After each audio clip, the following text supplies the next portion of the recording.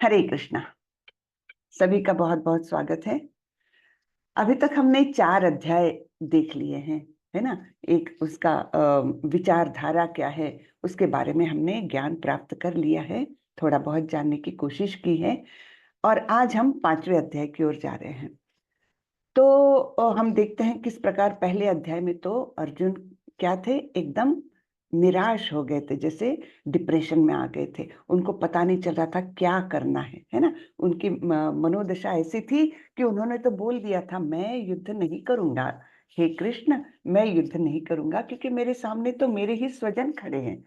और उसके बाद दूसरे अध्याय में जब अर्जुन ने कृष्ण को कहा कि आप मेरे गुरु हैं और मैं आपका शिष्य हूँ, तब जाकर के भगवान ने उनको उपदेश देना चालू किया कि तुम्हारे लिए योग्य क्या है। और ये उपदेश केवल अर्जुन के लिए नहीं है, ये हम सभी लोगों के लिए है ना। इसलिए भगवत गीता को लाइफ मैनुअल कहा जाता है। क्या कहते हैं? Life manual. यानी जैसे हम कोई मशीन घर में लाते हैं, उसके साथ एक मैनुअल मिलता है कि इस मशीन को अच्छे से कैसे चलाया जा सकता है ना। कोई तकलीफ आती है तो क्या करना चाहिए, है ना, जिसको ट्रबल शूटिंग कहते हैं। तो ये सब हमको उस मैनुअल में मिलता है। लेकिन हमको जब मनुष्य जीवन मिला है, हमको कुछ पता ही नहीं कैसे जीना है। हम तो जैसे पशु जीते हैं, आहार निद्रा भय मैथुनंच, बस वैसे जी रहे हैं। जो आजू बाजू में देखते हैं वैसे करते जा रहे हैं, है ना। हमको एक्चुअल कैसे जीना चाहिए, कैसे इस मनुष्य जीवन का सदुपयोग करना है, ये तो हमको अभी तक पता ही नहीं। और इसीलिए भगवान ने इस भगवत गीता के माध्यम से हमको ये सब बातें बताई है कि जीवन कैसे जीना है। इसलिए इसको कहा जाता है लाइफ मैनुअल। तो हमने तीसरे अध्याय में देखा था, कर्मयोग के बारे में भगवान ने बताया था किस प्रकार कर्म करना चाहिए, कैसे कर्म करने से कर्म बंधन उत्पन्न नहीं होगा। कर्म बंधन उत्पन्न होगा तो हम बार बार इस जीवन में आएंगे। हमको किस प्रकार सारे देवी देवता यानी भगवान देते हैं, देवी देवताओं के माध्यम से हमारी सारी आवश्यकताओं को पूरी करते हैं। तो कम से कम हमको किस प्रकार से सबका धन्यवाद करना चाहिए, उनको धन्यवाद करने के बाद ही उन्होंने दी हुई चीजों का उपभोग करना चाहिए, अन्यथा हम चोर कहलाएंगे। और इस प्रकार से अगर हम कोई अन्न खाते हैं तो हम पाप खाते हैं। इस प्रकार से कठोर शब्दों में भगवान ने हमको चेतावनी दी है कि ऐसे जीवन जीना है। अन्यथा कर्म बंधन में पड़े रहोगे, एक योनि से दूसरी योनि भटकते रह जाओगे और अपने परम धाम को कभी प्राप्त नहीं करोगे। तो ये सब हमने कर्मयोग के अध्याय में देखा था। पिछला अध्याय जो था वहां पर भगवान ने ज्ञान के बारे में बताया था कि ज्ञान युक्त होकर के कर्म करना है ना। ऐसे वैसे कर्म करेंगे तो हमको योग्य मार्ग नहीं दिखेगा। तो ज्ञान से युक्त होकर के जब हम कर्म करेंगे, तब कहीं हम सही राह पर निकल जाएंगे। तब भगवान ने अंतिम श्लोक में अर्जुन को बताया था, तस्माद अज्ञान संभूतम ऋत्सं ज्ञानासिनात्मनः चित्तेन संशयम योगम उत्तिष्ठ भारत। क्या बोला था कि तुम्हारे हृदय में अज्ञान के कारण जो भी संशय उठे हुए हैं, उनको ज्ञान रूपी शस्त्र से तुम काट डालो। ज्ञान प्राप्त करो कि कैसा कर्म करना है, और उस ज्ञान रूपी शस्त्र से तुम अपने अज्ञान रूपी अंधकार जो तुम्हारे अंदर भरा हुआ है, उसको तुम काट दो। और फिर योग से समन्वित होकर उठो और युद्ध करो। योग से समन्वित होकर उठो और युद्ध करो। ये चौथे अध्याय का के अंतिम श्लोक में हमने देखा था। अब देखेंगे हम 5वां अध्याय। यहाँ पर भगवान क्या बता रहे हैं, तो मैं शेयर करती हूँ और उसके बाद मंगलाचरण करके हम अध्याय चालू करेंगे।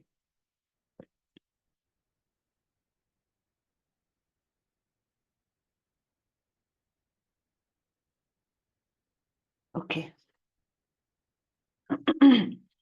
ओम नमो भगवते वासुदेवाय। ओम नमो भगवते वासुदेवाय। ओम नमो भगवते वासुदेवाय।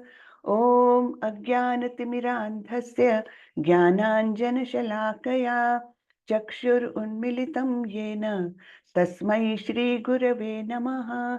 श्री चैतन्य मनोभीष्टं स्थापितं येन भूतले स्वयं रूपः कदा मह्यं ददाति स्वपदान्तिकं वन्देऽहं श्रीगुरो श्रीयुतपदकमलं श्रीगुरुन् वैष्णवांश्च श्रीरूपं साग्रजातं सहगण रघुनाथान्वितं तं सजीवं साद्वैतं सावधूतं परिजनसहितं कृष्ण चैतन्य देवं श्री राधा कृष्ण पादान् सहगण ललिता श्री विशाखान्वितांश्च हे कृष्ण करुणा सिंधु दीनबंधु जगतपते गोपेश गोपिका कांत श्री राधा कांत नमोस्तुते तप्त कांचन गौरांगी राधे वृंदावनेश्वरी वृषभानुसुते देवी प्रणमामि हरिप्रिये नमो विष्णुपदाय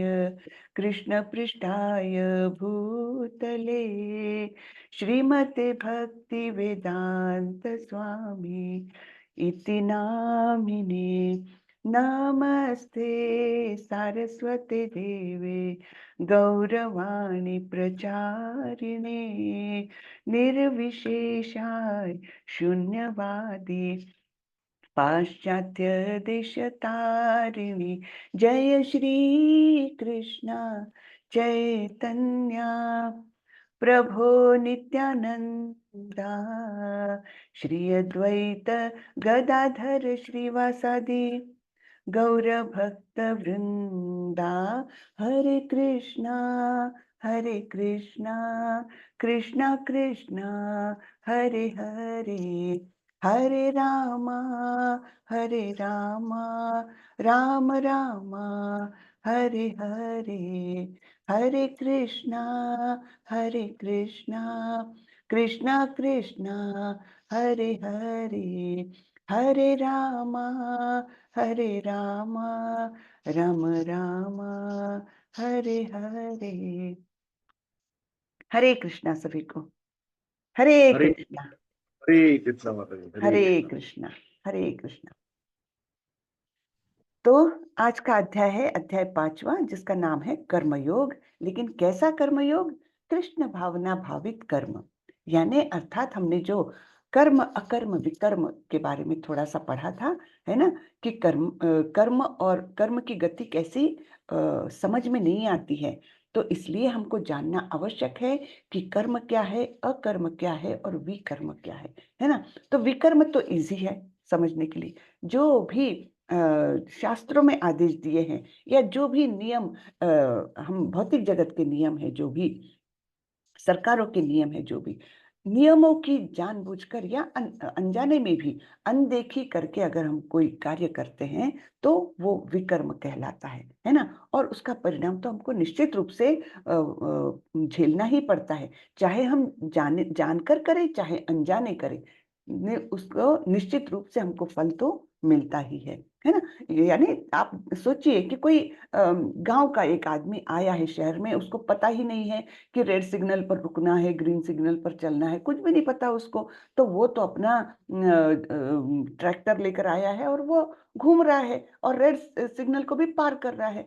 तो क्या उसको पकड़, मतलब जब अगर पुलिस उसको पकड़ लेगी, बोलेगी कि तुमने तो नियम का उल्लंघन किया है, तो क्या वो ये बोल सकता अरे मुझे तो पता ही नहीं था?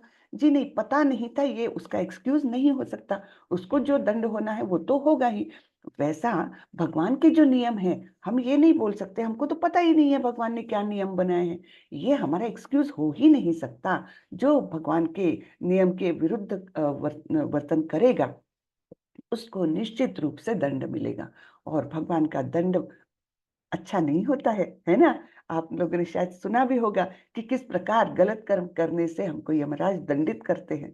तो इससे घबराने की बात नहीं है, कृष्ण तो बड़े दयालु है, लेकिन फिर भी हमको बड़े सावधानी से हमारा जीवन जीना चाहिए, है ना। और ये नियमावली हमको कहाँ से मिलेगी कि कौन से नियम के अंतर्गत हमने कैसे कर्म करना है, ये शास्त्रों में दिए हुए हैं। और बहुत शॉर्ट में इसको भगवत गीता में दिया है, क्योंकि भगवत गीता तो सारे ही उपनिषदों का सार है है ना। तो इसको गीतोपनिषद भी कहा जाता है।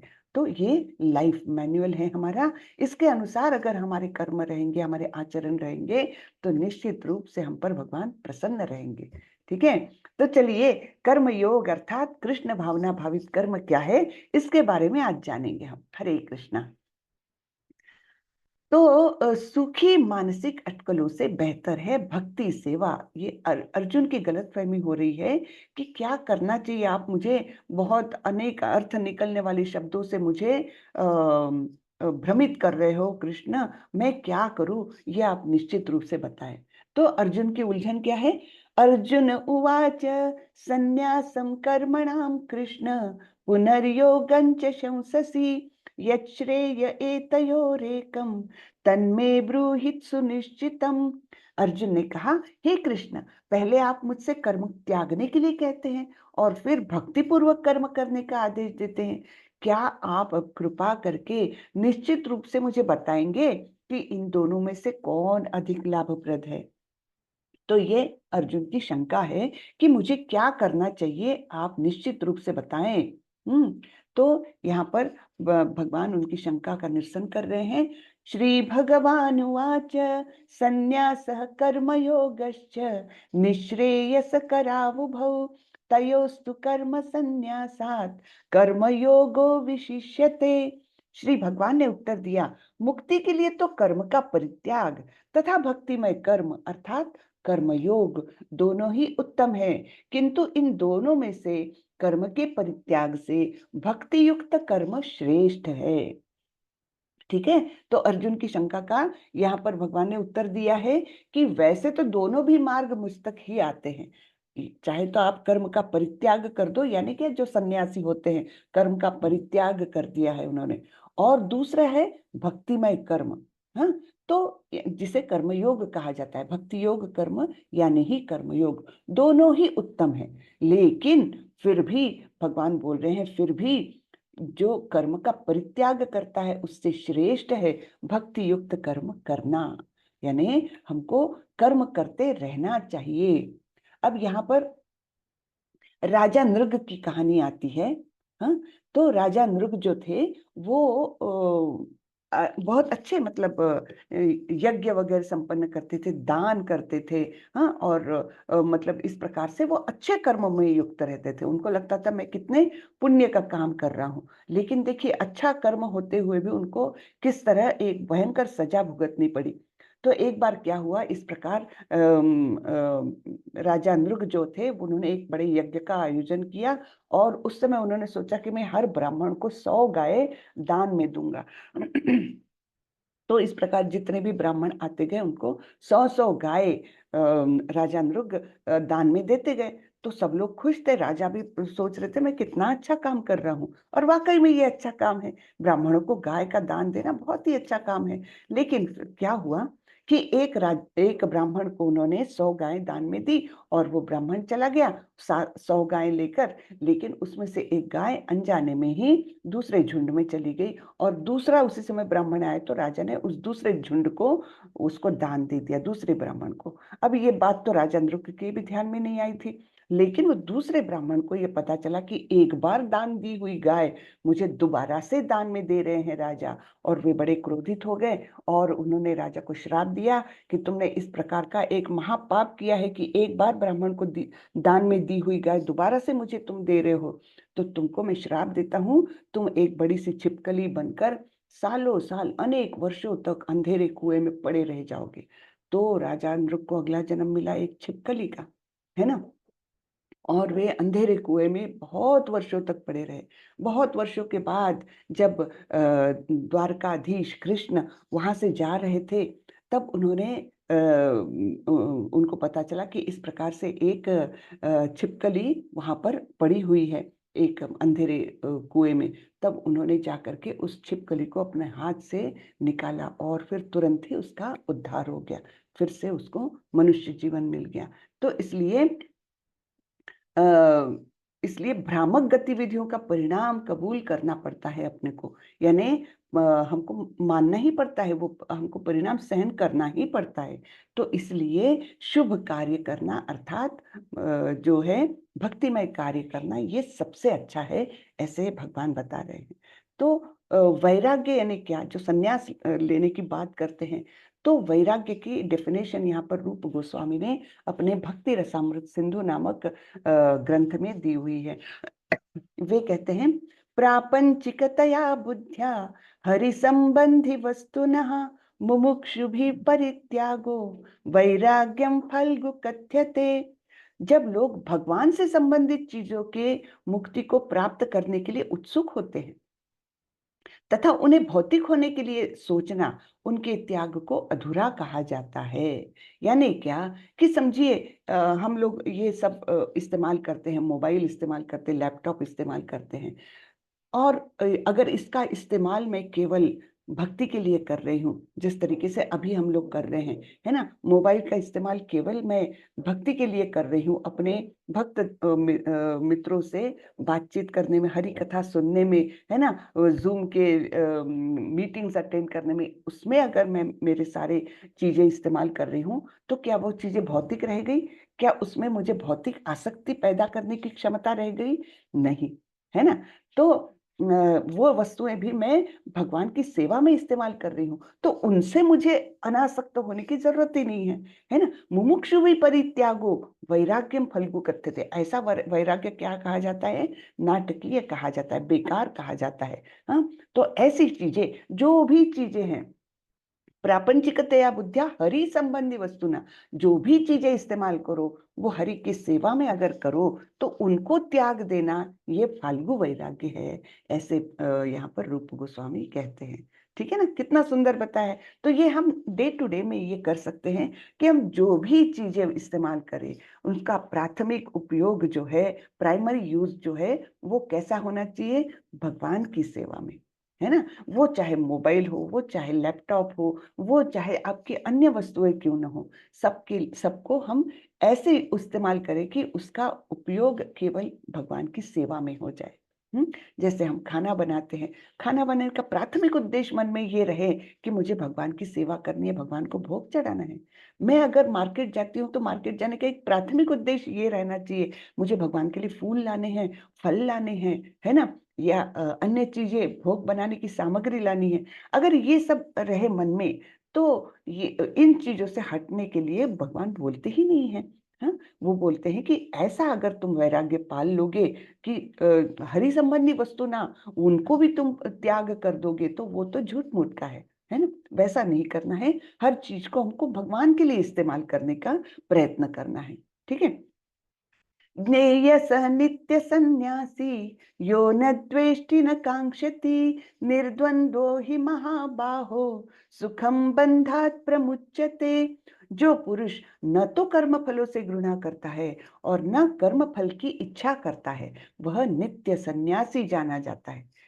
क्या करता है वो? न तो कर्म फलों से घृणा करता है, न उनकी इच्छा करता है।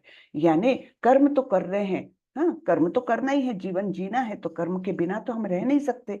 तो ऐसे कर्म करते हुए उसका जो भी फल मिले, तो ना तो उससे घृणा करता है, कर रहा है, यानी जैसे कर्म कर रहा है, ऑफिस जा रहा है, तो वो पैसा मिलता है उसको, जो वेतन मिलता है, तो उससे घृणा भी नहीं, अरे नहीं नहीं नहीं नहीं, मुझे पैसे से बिल्कुल आसक्ति नहीं रखना है, मुझे क्या करना है, हाँ, वो भी नहीं। और बहुत इच्छा भी नहीं कि नहीं मुझे और अधिक मिलना चाहिए, है ना, मैंने और ज्यादा मेहनत करके और प्रमोशन लेकर के और मुझे ऊंची पोस्ट पर जाना है, इस प्रकार से इच्छाएं भी नहीं है।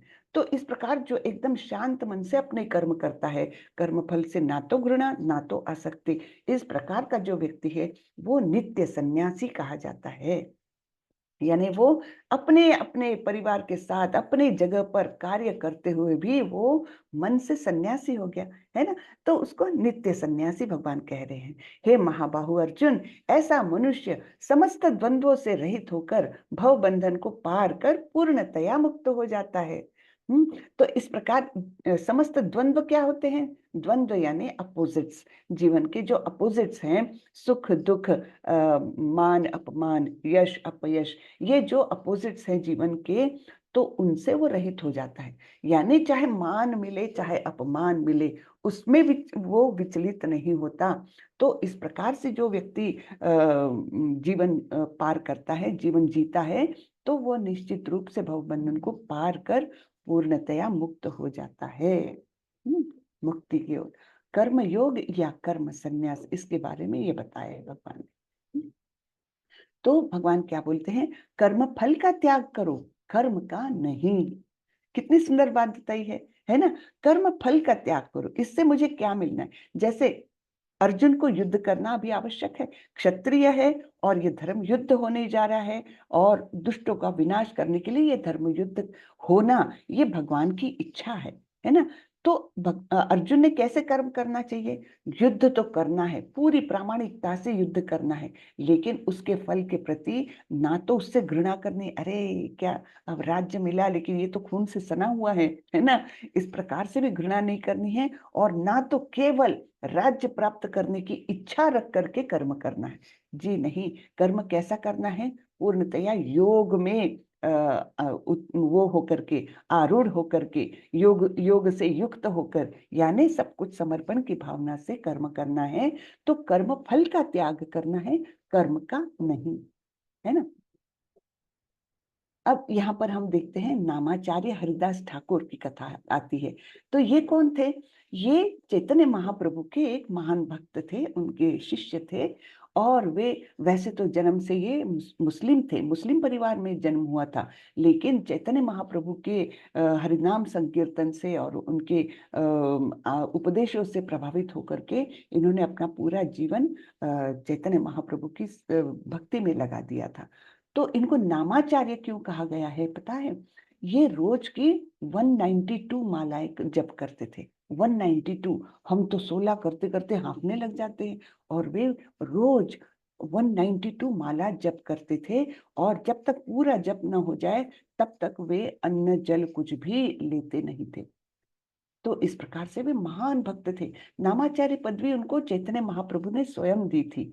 तो ये ऐसे महान भक्त को लोगों ने क्या सोचा, अरे ये तो झूठ मूठ का नाटक कर रहा है, ये तो मुस्लिम है, दूसरे धर्म से आया हुआ, और चैतन्य महाप्रभु का इतना महान भक्त कैसे हो सकता है? तो उसको विचलित करने के लिए, उसको पद भ्रष्ट करने के लिए कुछ दुष्ट लोगों ने क्या किया, एक वेश्या को उनके पास भेजा। और प्लान ये था कि वैश्या उनके पास जाए और उनसे कुछ गलत कर्म हो जाए तो तभी सभी गांव के लोग आकर के उनको बदनाम कर दे, और इस प्रकार चैतन्य महाप्रभु के नजरों में उनको गिरा दे। ये उनका प्लान था। तो उन्होंने वो वैश्या को भेजा।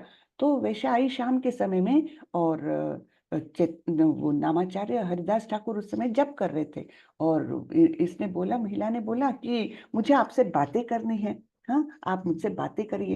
तो नामाचार्य बोले कि आप बैठ जाइए, मैं अपने जप पूरे करता हूँ और फिर हम बातें करेंगे। हाँ, तो वो बैठ गई वहां पर, उनको देखते हुए।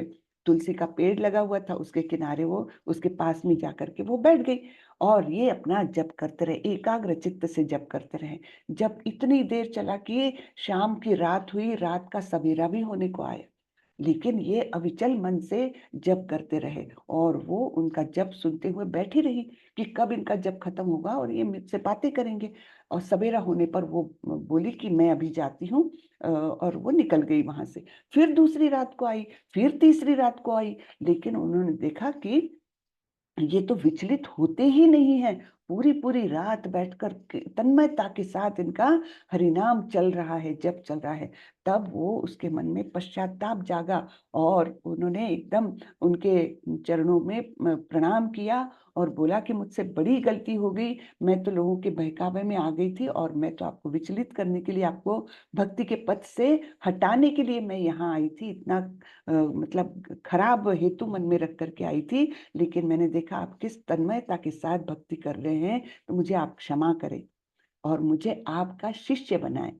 तब हरिदास ठाकुर ने उसको तुलसी का पौधा दिया, और उनको आदेश दिया कि आप हरिनाम का जप करना चालू करिए और तुलसी महारानी की सेवा करिए। इस प्रकार से वो किसी भी प्रलोभन से विचलित नहीं हुए। तो ये शक्ति है भक्ति में, है ना, कि वो किसी भी प्रलोभन से वो विचलित नहीं होते हैं। किस प्रकार रहते हैं जीवन में, जैसे एक इसका पत्ता होता है, कमल के फूल का पत्ता होता है, उसमें पानी में रहता है, कीचड़ में रहता है, फिर भी वो साफ रहता है ना। तो उसी का वर्णन यहाँ पर आता है, ब्रह्मण्याधाय कर्माणि संगम त्यक्त्वा करोति यः लिप्यते न स पापेन पद्मपत्रमिवाम्भसा। जो व्यक्ति कर्म फलों को परमेश्वर को समर्पित करके आसक्ति रहित होकर अपना कर्म करता है, वह पाप कर्मों से उसी प्रकार अप्रभावित रहता है जिस प्रकार कमल पत्र जल से अस्पृश्य रहता है। कितनी सुंदर उपमा दी है भगवान ने यहाँ पर, है ना, कि क्या बताया है कि सारे कर्म फलों को परमेश्वर को समर्पित करके और आसक्ति रहित होकर जो कर्म करता है उसको पाप कर्म छू भी नहीं सकते। बिल्कुल उसी प्रकार जिस प्रकार कमल पत्र को पानी या कीचड़ प्रभावित नहीं कर सकता, वो अस्पृश्य रहता है ना। तो बड़ा ही सुंदर ये बात बताई है भगवान ने। तो हनुमान ने लंका को भगवान राम को भेंट के रूप में जलाया, उनकी शक्ति के प्रदर्शन के रूप में नहीं। वह अपने कर्म के फल से नहीं जुड़ा था, इसलिए उन्होंने उन्हें तुरंत प्रभु की अगली सेवा में शामिल होने के लिए सक्षम किया, क्योंकि उनकी हर सांस प्रभु की सेवा के लिए थी। तो हनुमान जी का उदाहरण भी हम देख सकते हैं। वो तो गए थे केवल ढूंढने के लिए कि सीता माँ है कहाँ, है ना। उनका तो काम इतना ही था, क्योंकि वानर सेनाएं अलग अलग दिशा में भेजी गई थी कि कहाँ गए हैं, उनको लेकर के रावण कहाँ गए हैं, किस दिशा में गए हैं, किसी को कुछ पता नहीं था। तो अलग अलग दिशाओं में वानर सेनाएं गई थी, और लेकिन इनको आदेश किया था कहाँ है ये पहले ढूंढ के लाओ, फिर राम आएंगे युद्ध करने के लिए। तो उनको कोई बताया था कि जाकर जहां मिलेगी उस शहर को नाश कर दो, ये तो किसी ने नहीं बताया था। लेकिन ये तो इन्होंने एक प्रेम के स्वरूप, एक भेंट के स्वरूप उन्होंने ये भी कार्य कर दिया कि सीता मैया को तो ढूंढा ही, और ऊपर से रावण की लंका को जला करके आ गए। उनकी शक्ति को दिखाने के लिए नहीं, बल्कि रामचंद्र की सेवा के लिए, है ना। तो इस प्रकार वे अपने कर्मफल से नहीं जुड़े थे। तो ऐसे होना चाहिए भक्तों को। हमें अपनी उपलब्धियों को कृष्ण के चरण कमलों पर रखना चाहिए, ताकि इसके लगाव से छुटकारा मिल सके, इसकी आसक्ति ना रहे। जो भी हम प्राप्त करें कर्म फल के स्वरूप में, उसको तुरंत से भगवान के चरणों में रख दो, उससे आसक्ति मत बनाओ, जैसे प्रभुपाद, है ना। तो ये एक वीडियो है, मैं जरा साउंड शेयर करती हूँ और उसके बाद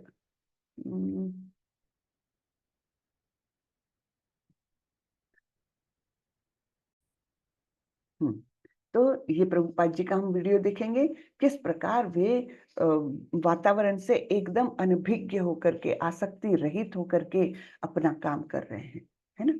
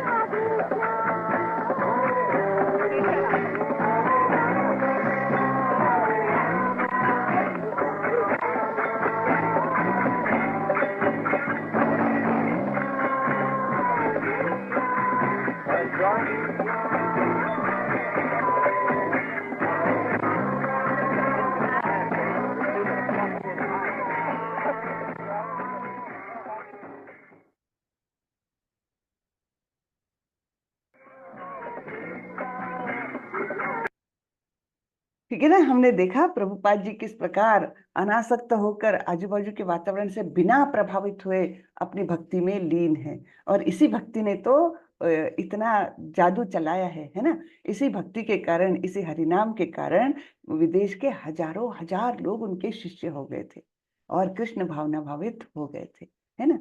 तो यहाँ पर अब अगला श्लोक आता है, विद्या विनय संपन्ने ब्राह्मणे गवि हस्तिनी शुनि चैव श्वपाके च पंडितः समदर्शिनः। विनम्र साधु पुरुष अपने वास्तविक ज्ञान के कारण एक विद्वान तथा विनीत ब्राह्मण गाय, हाथी, कुत्ता तथा चांडाल को समान दृष्टि से देखते हैं, समभाव से देखते हैं। क्यों देखते हैं? यहाँ पर चित्र में हमको स्पष्ट होता है क्यों ऐसे देख सकते हैं, क्योंकि उनको वास्तविक ज्ञान है। और ये वास्तविक ज्ञान क्या है? वो ये जानते हैं कि हर एक जीवात्मा के अंदर परमात्मा का स्थान है, परमात्मा स्थित है वहां पर, हर एक के हृदय में। केवल मेरे हृदय में परमात्मा है और बाकियों के हृदय में नहीं है, ऐसा नहीं। हर कोई पशु, पक्षी, पौधे, पेड़, जो कुछ भी है, सबके हृदय में परमात्मा का वास है। और इसीलिए चाहे उनके सामने कोई भी आ जाए, एक विनीत ब्राह्मण आ जाए, गाय आ जाए, हाथी, कुत्ता या चांडाल भी, जो एकदम निम्न स्तर का मनुष्य कहा जाता है, क्योंकि वो कुत्ते का मांस भी खाते हैं, चांडाल ऐसा कहा जाता है। तो इसलिए वो उनको एकदम निम्न स्तर का मानते हैं। और फिर भी जो वास्तविक साधु पुरुष है वो क्या करते हैं? सभी को समदृष्टि से देखते हैं, यानी समभाव से देखते हैं। ये नहीं कि ये ऊंचा है, ये श्रेष्ठ है और ये नीचा है, ऐसा नहीं। उनके मन में ये अलगाव नहीं रहता है। अर्थात मतलब जो व्यावहारिक रूप से उनको जो करना है वो तो करेंगे, ऐसा तो नहीं कि कुत्ते के पैर पड़ लेंगे, वैसा नहीं है। व्यावहारिक तो जो व्यवहार है वो करेंगे, लेकिन मन में उनके जो है वो समभाव रहता है। हाँ, तो ये कौन कर सकता है? जो ज्ञान जिसको प्राप्त है, वास्तविक ज्ञान जिसको प्राप्त है, वो ही ऐसा सोच सकता है। यह दुनिया निश्चित रूप से एक बेहतर जगह होगी यदि सभी का साथ मिल सके। इस विचारधारा को सार्वभौमिक भाईचारा कहा जाता है, लेकिन यह कहीं भी व्यवहार में नहीं देखा गया है। कारण यह है कि एक सामान्य सार्वभौमिक मार्गदर्शक अर्थात पिता को स्वीकार करने तक सार्वभौमिक भाईचारा एक दूर का सपना है। ये प्रभुपाद जी के शब्द है। तो दुनिया आजकल की कैसी है? कलह युक्त है। एक देश दूसरे से लड़ाई कर रहा है, एक समाज दूसरे से लड़ाई कर रहा है ना, एक व्यक्ति दूसरे व्यक्ति से लड़ रहा है। और अभी क्या, परिवार के अंदर भी झगड़े होते हैं। जैसे हम अगर याद करें तो सत्य युग में कौन सा युद्ध हुआ था सबसे बड़ा? तो वो हुआ था वराहदेव और हिरण्याक्ष के बीच में, है ना। वराहदेव और हिरण्याक्ष, वो दोनों अलग अलग प्लैनेट्स पर रहते थे। हाँ, हिरण्याक्ष और वराहदेव अलग अलग प्लैनेट्स पर रहते थे और फिर उनमें युद्ध हुआ। फिर आगे जाकर त्रेता युद्ध में किसके साथ युद्ध हुआ? राम और रावण का युद्ध हुआ। वो अलग अलग कंट्रीज में रहते थे, है ना, एक ही प्लैनेट पर, लेकिन अलग अलग देशों में रहते थे। ठीक है। आगे जाकर के द्वापर युग में किसका युद्ध हुआ? कौरव और पांडवों का, एक ही परिवार के, है ना, सगे चचेरे भाई, उनमें युद्ध हुआ। लेकिन अब तो क्या है, कलयुग में तो परिवार की छोड़ो, अपने अंदर ही पूरा युद्ध चलता रहता है। हमारे अंदर ही राम भी है और रावण भी है, हमारे अंदर ही कौरव भी और पांडव भी है, और वो युद्ध करते रहते हैं, है ना। ये महसूस करते हैं ना हम कि कभी मैंने विचारों का जो है कोलाहल जो है वो इतना टकराता रहता है कि हमको चैन नहीं आता, शांति नहीं है हमारे मन में। तो ये कैसे हो रहा है? कलयुग के मतलब युगों के साथ साथ ये ह्रास होते आ रहा है विचारों में, और इसके कारण ये परिस्थिति अभी आई है। तो प्रभुपाद जी क्या बोलते हैं? जब तक हम एक किसी को सर्वश्रेष्ठ करके मानते नहीं है, तब तक ये भाईचारा हो नहीं सकता। जैसे एक परिवार में जनरली क्या होता है, पिता है, उनका स्थान सबसे ऊंचा है, और वे अपने 4-8 जितने भी पुत्र है, बच्चे हैं, उनको वे कंट्रोल करते हैं। तो सब लोग समन्वय के साथ एक साथ रह सकते हैं। लेकिन अगर कोई इनको कंट्रोल करने वाला नहीं, तो सब अपने आप को 30 मार का समझेंगे। मैं क्यों मेरे भाई की बात सुनूं, मैं भी बहुत बुद्धिमान हूं। तो कोई किसी की बात नहीं सुनता, और इस प्रकार से अलगाव हो जाता है। तो यहाँ पर वही प्रभुपाद जी बता रहे हैं कि जब तक हमको कोई एक मार्गदर्शक या पिता हम स्वीकार नहीं करते, तब तक ये दुनिया में भाईचारा नहीं हो सकता। भगवान कृष्ण को वह पिता होना चाहिए। अगर कृष्ण को हम सभी लोग मानने लग जाएंगे, कृष्ण की भक्ति में रहेंगे, तो अलगाव बिल्कुल नहीं रहेगा। जैसे हम देखते हैं भक्तों में एक प्रकार का इतना प्रेम रहता है, हैं, अदृश्य रूप से वो प्रेम रहता ही है। अरे ये तो कृष्ण का भक्त है, तो हमारे मन में एक मतलब अच्छी सद्भावना उमड़ के आती है, कभी भी कलह नहीं होता इस जगह पर, है ना। तो प्रभुपाद जी ये चाहते हैं, और इसीलिए तो वे देश विदेश में वे कृष्ण भावनामृत का प्रसार करने के लिए गए। क्यों? क्योंकि सभी लोग अगर कृष्ण को मानने लग जाएंगे, कृष्ण के भक्त बन जाएंगे, तो अलगाव रहेगा ही नहीं। ये मेरा देश, ये तेरा देश, इस प्रकार की भावना ही नहीं रहेगी। ये मेरी जमीन, ये मेरे देश की जमीन, है ना, ये सब रहेगा ही नहीं। और इसलिए प्रभुपाद जी इतने उन्होंने कष्ट लिए अपने गुरु के आदेशों का पालन करने के लिए, क्योंकि गुरु ने उनको स्पष्ट बता दिया था कि जब कृष्ण भावना भावित व्यक्ति हो जाता है, तो ये मेरा देश, तेरा देश, ये मेरा परिवार, ये मेरा समाज, ये सब भावनाएं अपने आप निकल जाती है, और सभी लोगों को वो अपने जैसा ही समझने लगता है। कृष्ण का पुत्र या पुत्री समझने लगता है। कृष्ण के साथ पहला रिलेशन जब हो जाता है, तब बाकी सब अपने आप हमको भाई बहन लगने लगते हैं, अपने परिवार के लगने लगते हैं, अपने लोग लगने लगते हैं,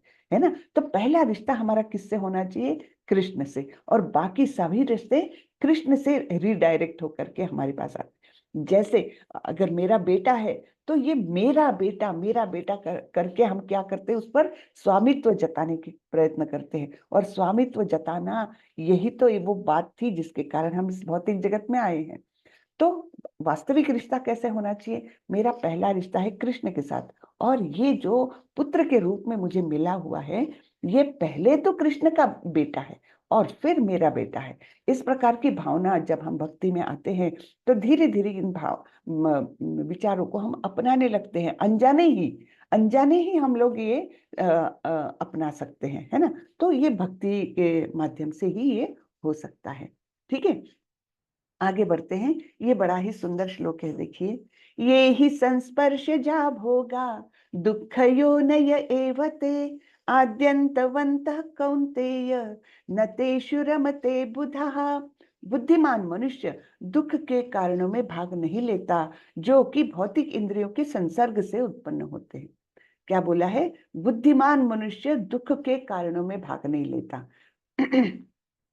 और ये दुख के कारण क्या है?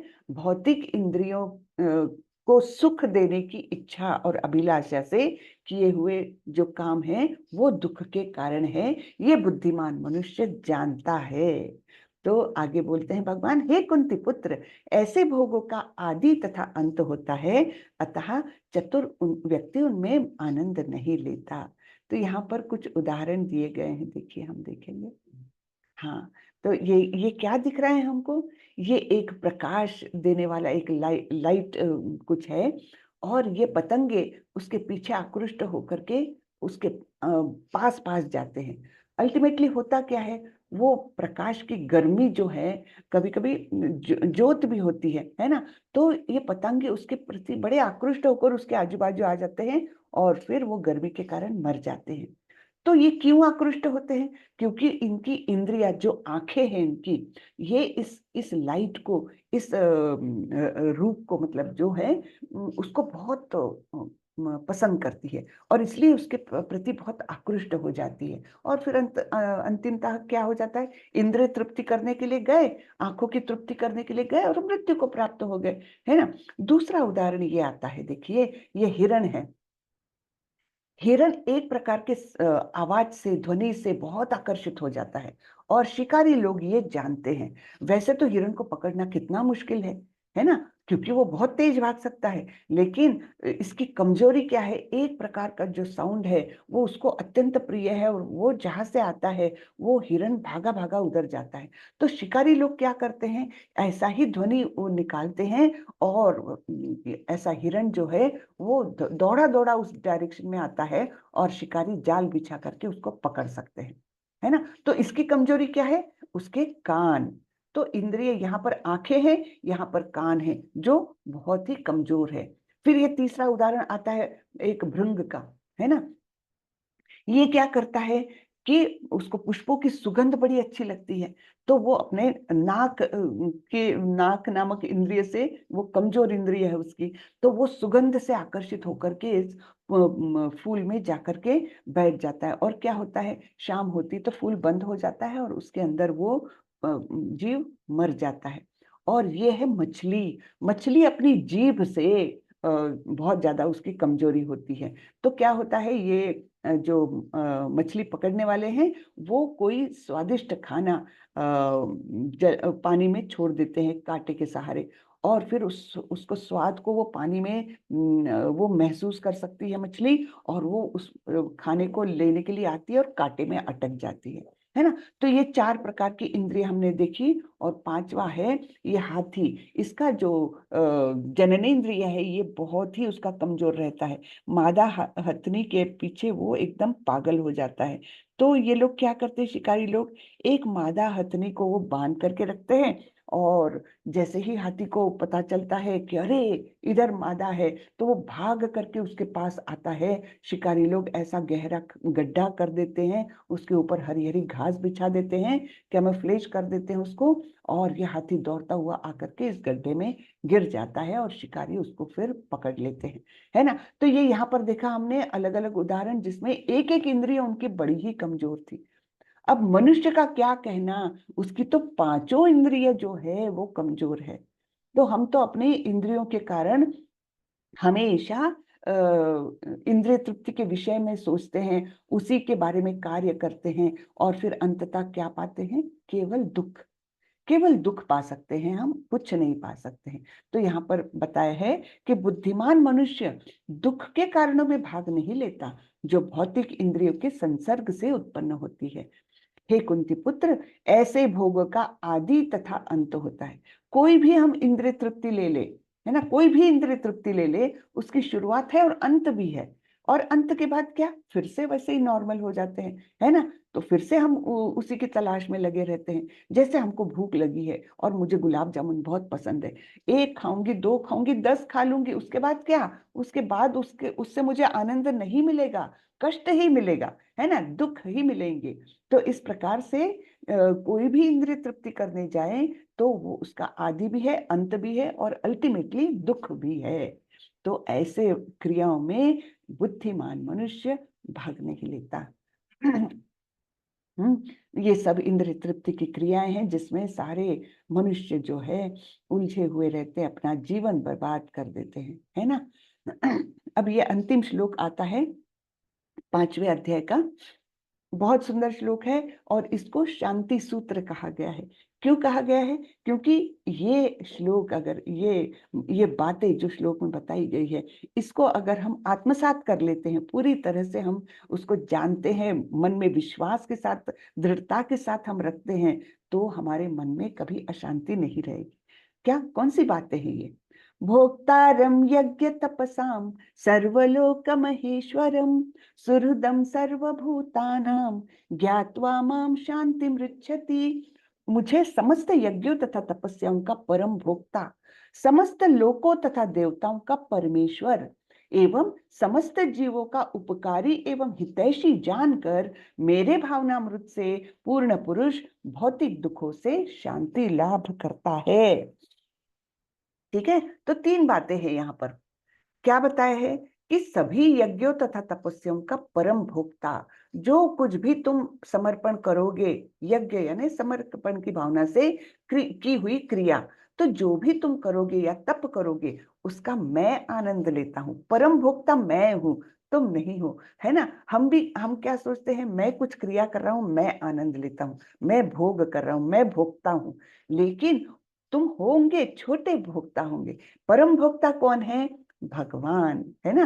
तो भगवान बोल रहे हैं, मैं ही सभी यज्ञ एवं तपस्याओं का परम भोक्ता हूं। मैं समस्त लोकों तथा देवताओं का परमेश्वर हूं। परम ईश्वर यानी कंट्रोलर, टॉप मोस्ट कंट्रोलर। ईश्वर यानी कंट्रोलर, नियंत्रक। तो छोटे छोटे नियंत्रक तो बहुत सारे हैं हम लोग, हाँ, सभी लोग हम छोटे छोटे मात्रा में ईश्वर है। लेकिन परम ईश्वर कौन है, भगवान श्री कृष्ण।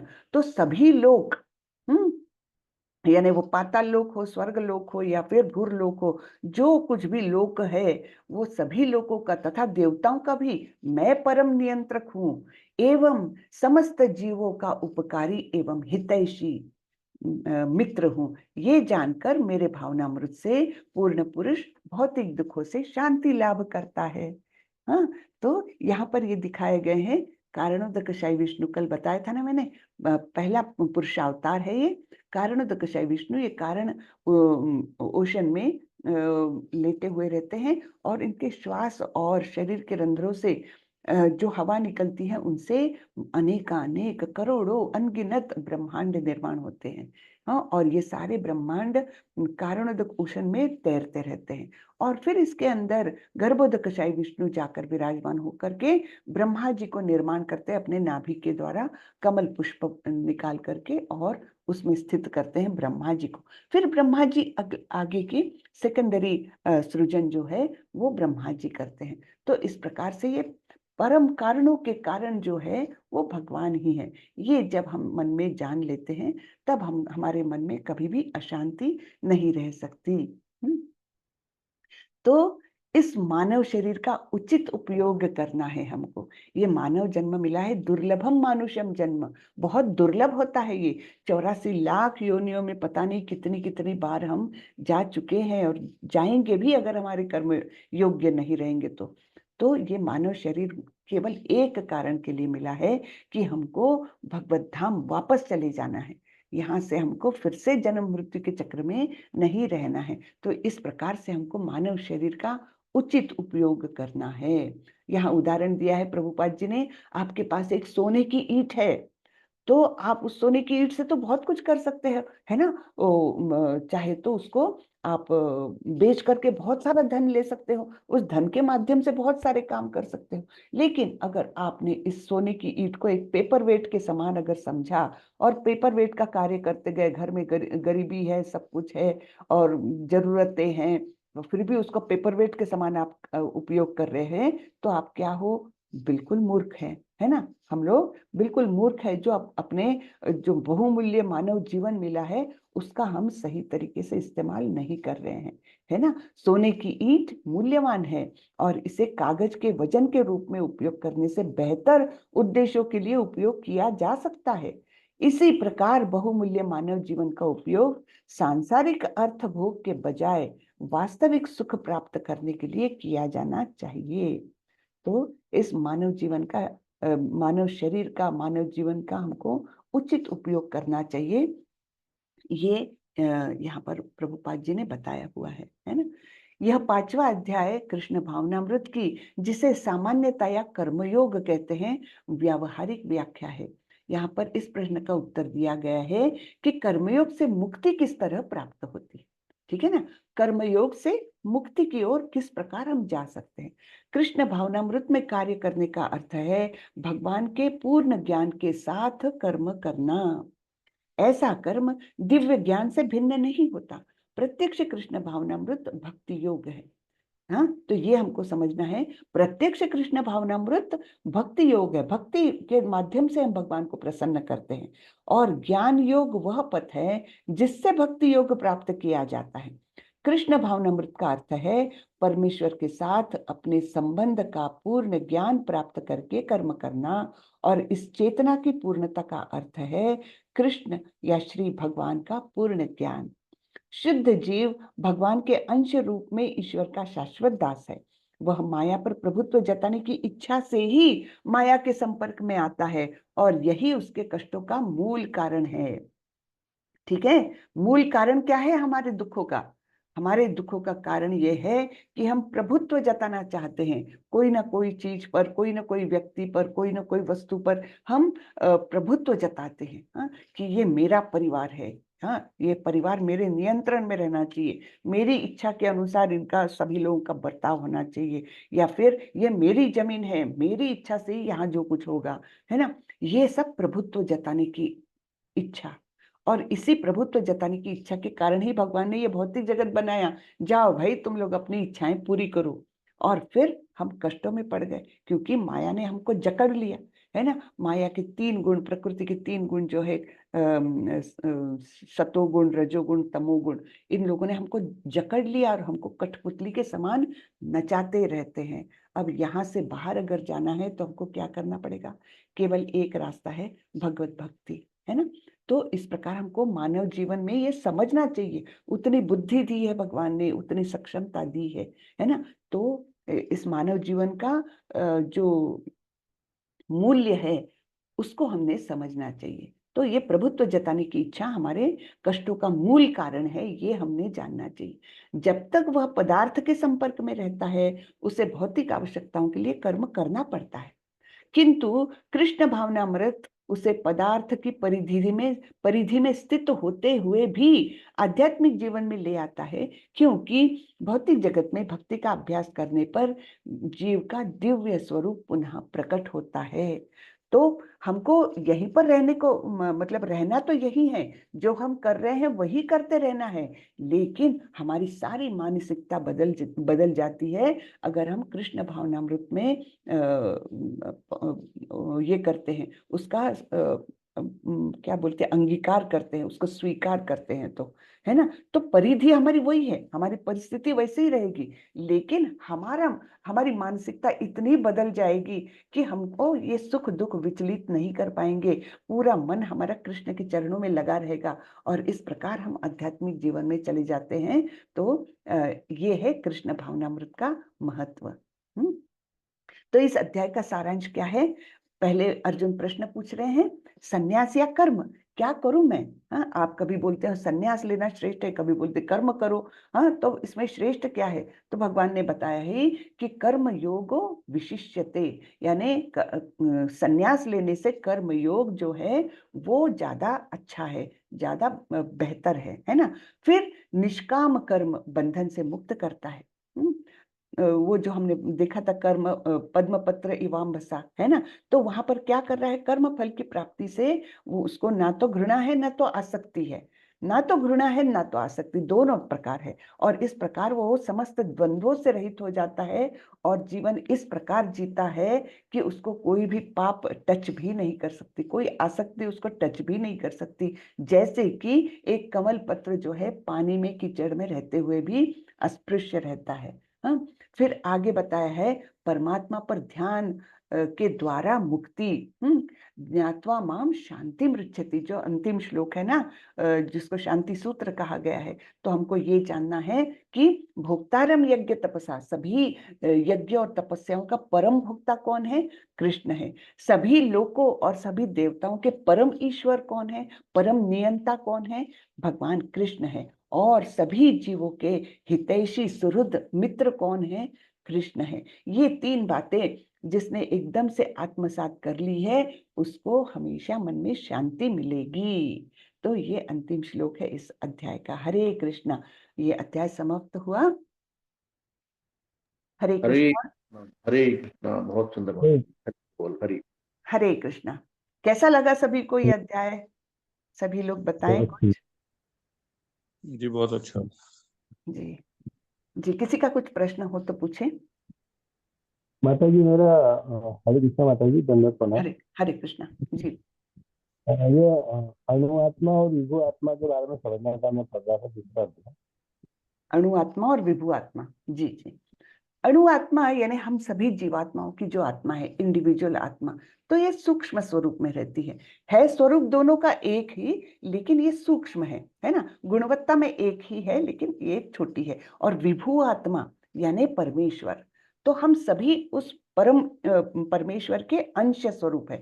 तो जैसे एक विशाल काय, कोई चीज को आप समझिए, यानी सागर समझिए, एक महान विशाल सागर है आपके सामने, और आप उसमें से एक चम्मच पानी ले लेते हैं, तो गुणवत्ता में दोनों सेम है, लेकिन मात्रा में बहुत अंतर है। तो वैसा ही अंतर विभु आत्मा अर्थात परमेश्वर में और अणु आत्मा अर्थात जीवात्माओं में अंतर है। हाँ, यद्यपि गुणवत्ता एक है, फिर भी मात्रा में असीम अंतर है हम दोनों में। तो ये है विभु आत्मा और अणु आत्मा। विभु आत्मा यानी परमेश्वर, और अणु आत्मा यानी जीवात्मा, छोटे सभी जीव जो है। तो जीव सभी है, मनुष्य भी है, प्राणी भी है, पेड़ पौधे भी है, सभी जीव है। उनके अंदर की जो आत्मा है वो अणु आत्मा कहलाती छोटी आत्मा, और विभू आत्मा जो सभी आत्माओं को नियंत्रण में रख सकती है, सभी सृष्टि को नियंत्रण में रखती है, क्रिएट भी करती है, यानी सृजन भी करती है, विनाश भी करती है, और उनको पालती भी है। तो वो है विभू आत्मा, उनको बोला गया है भगवान। ठीक है प्रभु, धन्यवाद माता। धन्यवाद। हरे कृष्ण। और किसी का प्रश्न हो तो पूछे। हरे हरे कृष्णा जी, कौन बोल रहे हैं? हरे कृष्णा, कुछ प्रश्न हो तो पूछे प्लीज। वो विष्णु जी, जो विष्णु जी का आपने रूप बताया ना अभी, जो ब्रह्मांड रचते हैं, और वो एक हाँ बार हाँ, थोड़ा समझाइए। जी जी जी, बताती हूँ मैं। देखिए 3 पुरुषावतार है कृष्ण के। एक है कारणोदकशाई विष्णु, एक है गर्भोदकशाई विष्णु, और तीसरे हैं क्षीरोदकशाई विष्णु। तो कारणोदकशाई विष्णु वो अवतार है जो सारे ब्रह्मांडों का निर्माण करते हैं। हाँ, तो उनके शरीर से ये सारे ब्रह्मांड निकलते हैं। तो जब सृजन होता है, यानी सृष्टि बनती है, और जब महाप्रलय होता है तो सारे ही ब्रह्मांडों को ये अपने अंदर समेट लेते हैं, और कई कई वर्षों तक वो वैसे ही अंदर रहता है, और फिर जब भगवान की इच्छा होती है तब फिर से सृजन होता है। ये कारणोदकशाई विष्णु का काम है हम। और फिर जो ब्रह्मांड निकले हैं, तो हर ब्रह्मांड के अंदर एक गर्भोदकशाई विष्णु होते हैं। हाँ, और गर्भोदकशाई विष्णु का जो काम है वो क्या है कि ये हर ब्रह्मांड के अंदर एक सृष्टि का निर्माण करना। तो उसके लिए वे स्वयं नहीं कार्य करते, वे ब्रह्मा जी को बनाते हैं। ब्रह्मा जी को किस तरह से बनाते हैं कि वह अपने नाभि से एक कमल डंडी निकलती है, वो डंडी के अंदर सारे ही लोक स्थित है। जैसे ये हमारे ब्रह्मांड के अंदर 14 लेयर्स है, ग्रहों के 14 लेयर्स हैं। तो हम तो बीच में आते हैं, हमारे ऊपर के उच्च लोक है, और नीचे जो है वो अनेक पाताल लोक है, 7 पाताल लोक है। हाँ, उसके अलग अलग नाम आते हैं। और ऊपर हमारे देवताओं के लोक है, सबसे उच्च है ब्रह्मलोक। ठीक है, तो ये 14 ग्रहों की निर्मित होती है, सबसे ऊपर है ब्रह्मा जी स्थित होते हैं। फिर ब्रह्मा जी को समझ में नहीं आता जब उनका निर्माण होता है कि मुझे क्यों निर्माण किया गया, मैंने क्या करना है। तब भगवान उनको हृदय से उनको ज्ञान देते हैं कि तुमको इस प्रकार कार्य करना है, इस सृष्टि को बनाना है, और वो सब आदेश उनको हृदय से मिलते हैं, और फिर वो सभी की निर्मित करना चालू करते हैं, और सारा ब्रह्मांड बनता है। फिर हमने देखा था कि किस प्रकार ब्रह्मा जी का दिन कितना बड़ा है ना। हमने देखा था कितने सारे दिव्य युग, फिर कल्प, है ना, और उनके 100 वर्षों का उनका जीवन, ये बहुत बड़े प्रमाण में है। और हर दिन के साथ ब्रह्मा जी सृष्टि बनाते हैं, हर रात के साथ उसको समेटते हैं। तो ये प्रलय वो ब्रह्मांड के अंदर का ही प्रलय, उससे बाकी ब्रह्मांडों में अंतर नहीं पड़ता, वो एक ही ब्रह्मांड के अंदर प्रलय है और सृजन है। ठीक है, ये ब्रह्मा जी का कार्य हुआ। और फिर जब महाप्रलय आता है तो ये सारे ही ब्रह्मांड उनके अंदर चले जाते हैं। इसके बाद तीसरा पुरुषावतार आता है, वो क्षीरोदकशाई विष्णु का। ये क्यों होता है? तो हर जीव के अंदर भगवान स्वयं आरूढ़ हो जाते हैं। तो ये बहुत विस्तारित सर्वव्यापी ऐसा अवतार है उनका, क्षीरोदकशाई विष्णु। हाँ, लेकिन भगवान जैसे कोई भी अवतार लेकर आते हैं, जैसे कृष्ण बनकर आए, तो वे किस माध्यम से आते हैं? वे गर्भोदकशाई विष्णु के माध्यम से आते हैं। गेटवे गर्भोदकशाई विष्णु का है, क्योंकि उनको भौतिक जगत में आना है, तो वो डायरेक्टली नहीं आते, वाया आते हैं गर्भोदकशाई विष्णु। इसलिए बहुत लोगों में कंफ्यूजन होता है कि राम जो है वो विष्णु के अवतार है, कृष्ण कैसे हो सकते हैं, सब लोग ऐसा होता है ना। तो वो भी गलत नहीं है, क्योंकि वो माध्यम है विष्णु का, और फिर अवतरित होते हैं भौतिक जगत में। ठीक है ना। तो ये क्षीरोदकशाई विष्णु जो है, ये सर्वव्यापी उनका रूप है, हर जीव के अंदर वो रहते हैं। तो इस प्रकार से ये 3 पुरुषावतार बताए गए हैं। हरे कृष्णा। हरे कृष्ण, धन्यवाद। जी, हरे कृष्णा। किसी का और प्रश्न हो तो पूछें। हरे कृष्णा। माता जी क्विज लिंक डाल दिया है ग्रुप में। हाँ, आप बता दीजिए डिटेल में। हरे कृष्णा सभी को। क्विज लिंक ग्रुप में डाल दिया है, और इंस्ट्रक्शन भी उसमें लिखे हुए हैं। अगर फिर भी किसी को कोई परेशानी हो तो वो डायरेक्ट मेरे से कांटेक्ट कर सकता है। अगर उसमें क्या होगा कि जब आप उसको खोलेंगे, लिंक पर जाएंगे, तो उसमें आईडी पासवर्ड मांगेगा। तो न्यू यूजर करके आपको रजिस्टर करना है। उसमें फिर आपके नाम, कॉन्टैक्ट नंबर, ईमेल आईडी ये पूछा जाएगा। उसके बाद आपकी आईडी जनरेट हो जाएगी। आईडी जनरेट होने के बाद फिर आप उसको लॉग इन कर सकते हैं। तो वहां पे जाके ना आपको आईडी जनरेट करनी है बेसिकली अपनी। अगर किसी को वहां पे कोई भी परेशानी हो तो वो मेरे से बात कर सकता है, मैसेज कर सकता है। हरे कृष्णा। हरे कृष्णा, बहुत बहुत धन्यवाद। वैसे ही माता जी ने वो बुक्स खरीदने के लिए भी लिंक डाली हुई है। आप बुक्स भी खरीद सकते हो, माला, जप माला भी आप ऑनलाइन वहीं से बुलवा सकते हैं, या कहीं और भी मिलती है तो जरूर ले लीजिए। लेकिन अब जप चालू कर दीजिए। आप लोग 5वां अध्याय हो गया है, धीरे धीरे आप कृष्ण के ओर आकृष्ट हो जाएंगे। तो पहली स्टेज है, हमको हरे कृष्ण महामंत्र का जप करना है।